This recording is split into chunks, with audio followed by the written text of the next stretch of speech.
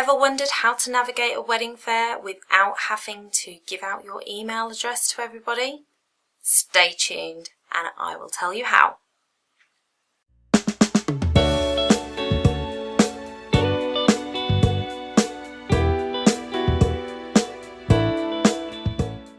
Hi my lovelies, it's Donna here at Bride2Be TV, and this week we're talking wedding fairs.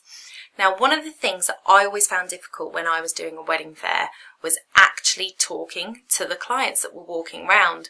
I always felt like they were expecting me to jump on them and sell to them, and that they wouldn't want to talk to me because they don't want to be sold to, and they would walk past with their heads down and not try and make eye contact. And it's really difficult to sell yourself under those circumstances. However, I want to give you some top tips where you can feel safe in the knowledge that you are not going to be sold to on that wedding day. Now, there are some heavy, hard sellers out there, I'm not going to lie, but I am going to give you 3 top tips on how to skirt around the issue so that you get the most out of your wedding fair experience without feeling like you've been clobbered by the end of it. Also, I think sometimes brides go running around, they get all the freebies, they enter all the competitions, and they come out and they're like, now what? I don't feel like I've any further planned my wedding from that event. So I don't want you to waste your Saturdays or Sundays at wedding fairs. I want you to make the most of them. So here are my top 3 tips on navigating a wedding fair. Number 1, you need a different email address. Gmail is great. I've got several different ones with Gmail. You can set up one that is Diana and Kevin's wedding day at gmail.com. Whatever it is, just find a email account on Gmail, set it up, and this is going to be your wedding day email.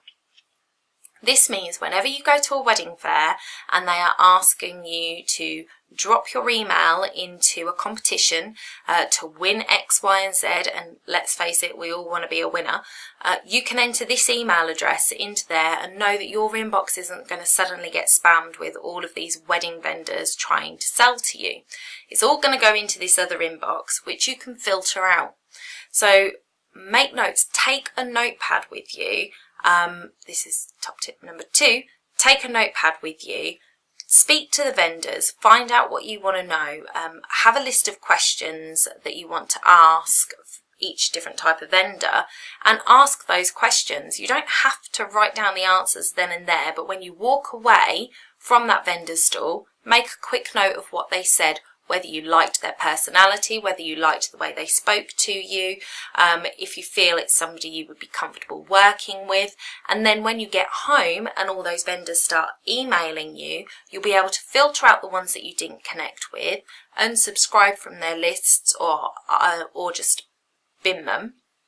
And you'll be able to see just from the vendors that you connected with and get to know them a little bit better. Top tip number 3 is enjoy it. Enter the competitions, because sometimes they've got some really great stuff up for grabs, and just make contact with the vendors. Don't walk past without looking at them just to grab the freebie off of the table or their brochure or their card. That doesn't get you to know these vendors. These vendors are going to be responsible for something on your wedding day. You want to know that you can trust that person, so have a conversation with them. They're on all day long. There's maybe 20 vendors there. You've got time to stand and speak to them. If they're busy talking to somebody when you go, come back to that stall. Just have a bit of a action plan when you go in. Do the rounds once and do them again until you've spoken to everybody, and make sure that you actually have a conversation with these people, because if you don't have a conversation with them, you'll never know whether they're the actual vendor for you. Picking up their brochure and seeing that they've got some great photography in their brochure doesn't mean they're a great fit for you. Their photography might be niched to one area, and you might love them, but when you turn around and say that you're getting married in like a completely polar opposite type of venue, they might say, well, I don't really photograph those types of weddings, it's not my field of expertise, and you've invested your time in falling in love with their photographs to find out that actually they're not available on your day, they don't shoot those style of weddings, or, you know, that actually they're not a photographer at all, and those were photographs of weddings that they've provided wedding cakes for or something. You know, just talk to them. That's what they're there for. They pay money to be at those stands. They want to talk to you. They want to have a conversation with you. And most of the time, vendors want it to be a good fit. They want to make sure that you're happy. And a lot of them will actually tell you if they're not the right vendor for you, whether it's because they don't specialise in what you're wanting, whether they don't actually create the things that you're going to need. They will generally be honest, because at the end of the day, it's a wedding day and people get into the wedding business because they love weddings, and they wouldn't want to be the reason why your wedding wasn't a success. So make sure you talk to everybody. So those are my top 3 tips for navigating a wedding fair.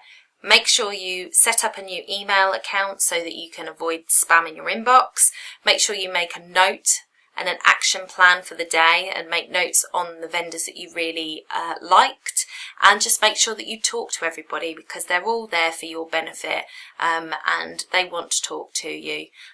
So other than that, enjoy, and I'll see you next week.